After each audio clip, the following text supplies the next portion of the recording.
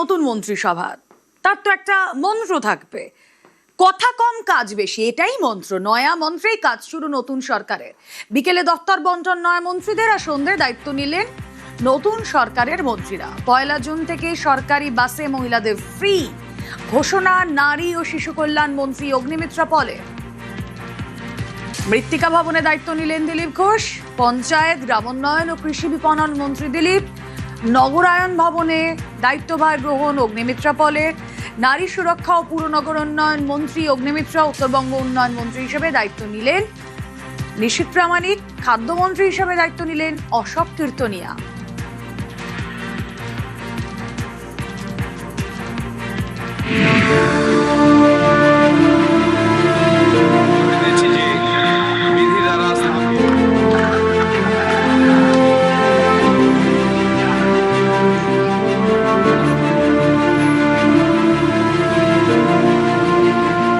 এমন পঞ্চায়েতে যেখানে কোনো অফিসার নেই, কাজ করবে, প্ল্যানিং করার লোক নেই, এক্সিকিউশনের লোক নাই, তারপরে তো ফান্ডের প্রবলেম আছে। কৃষি মন্ত্রী এসেছিলেন, তার কাছেও কথা হয়েছে, ফান্ড ধীরে ধীরে তারা আবাস যোজনার ফান্ড আসবে, জিরামজির ফান্ড আসবে। আমি ক্যাবিনেট মিটিং এ যখন বিষয় উঠবে, আমি বিষয়টা রাখবো, ম্যান পাওয়ার চাই, লোক চাই। আমি নিজেও ফিল্ডে যাবো, জেলায় যাবো, অফিসারদের সঙ্গে কথা বলবো, ওখানে ফলো আপ, মনিটরিং কি হচ্ছে না হচ্ছে এটাও দেখতে হবে।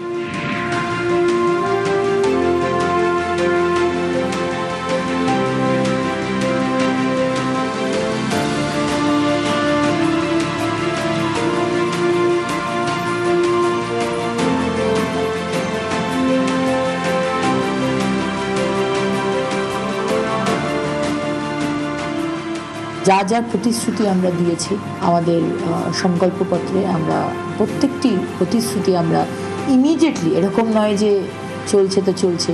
1 জুন থেকে আয়ুষ্মান ভারত, সরকারি বাসে বিনামূল্যে মহিলাদের যাতায়াত করার যে কথা আমরা বলেছিলাম, 3000 টাকার অন্নপূর্ণার ভান্ডার, এরকম বহু জিনিস আমরা 1 জুন থেকে, এবং সমস্ত হবে ডাইরেক্ট বেনিফিট ট্রান্সফার, ডিবিটির মাধ্যমে। যা হবে লিখিত হবে, মৌখিক কোনো কিছু হবে না।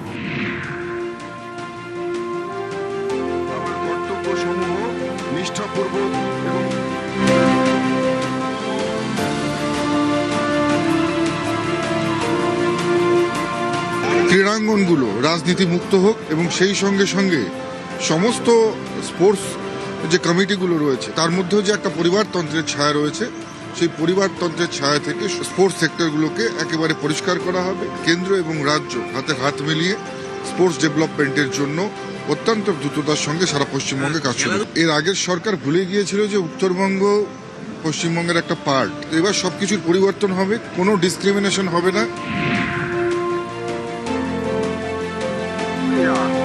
ঈশ্বরের নামে শপথ। পশ্চিমবঙ্গে খাদ্য দপ্তর নিয়ে যেভাবে দুর্নীতি হয়েছে, এটা মনে হয় ভারতবর্ষের কোন রাজ্যে এরকম দুর্নীতি হয়নি। আমার কাছে একটা চ্যালেঞ্জিং ব্যাপার।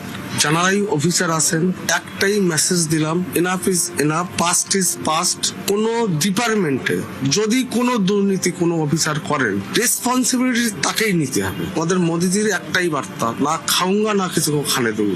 পশ্চিমবঙ্গকে সোনার বাংলা বানানো, সেই স্বপ্ন সাকার করার জন্য আমার যদি শেষ রক্তবিন্দু দিতে হয়, সেটা আমি দেবো। এটা আমি দাদাকে বলে এসেছি।